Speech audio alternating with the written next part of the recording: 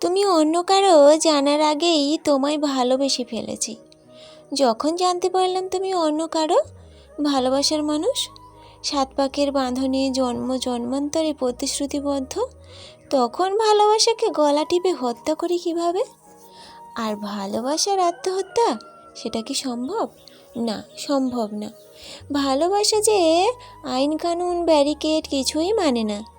আমিও যে সামাজিক দায়বদ্ধতার ঘেরাটোপে একদক্ষ অভিনেতা, সুসম্পর্কের অভিনেত্রী।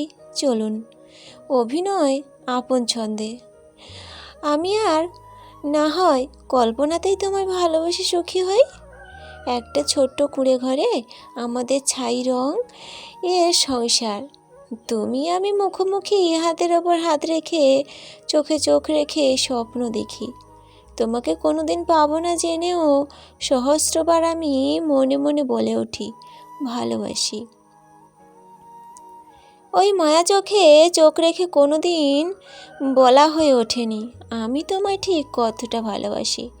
আমি ঠিক তোমাকে তোমার মায়ায় বাঁচি বলা হয়নি, হয়তো হবেও না। তবে আমার মনের ভেতর তৈরি হওয়া উষ্ণ প্রস্রবণের যেদিন অবগাহন করবে অনুভূতিতে নিমজ্জিত হয়ে, তুমি উতলা হয়ে হন্যে হয়ে খুঁজবে। আমার বিশ্বাস আমি যে নিখাদ ভালোবাসার স্তরে তরে তোমার জন্য রচনা করেছি, তা একদিন তোমায় স্পর্শ করবে। ক্লান্ত পথিক যেমন একটু শীতল জলে তপ্ত গলা ভিজিয়ে শান্তি পায়, তেমনি তুমিও শান্তি খুঁজবে আমার মধ্যে। একবার কথা বলার জন্য, একটিবার দেখার জন্য ছটফট করবে। কিন্তু সময় যে ধরে রাখা যায় না, চাইলেও হারিয়ে যায়।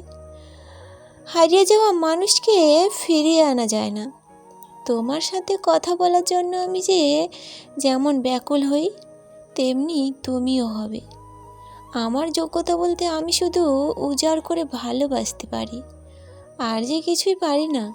শিউলির মতো ফুরিয়ে যাওয়া আগে আমায় তুমি কুড়িয়ে নিও প্রিয় হৃদয়ের ছোঁয়া।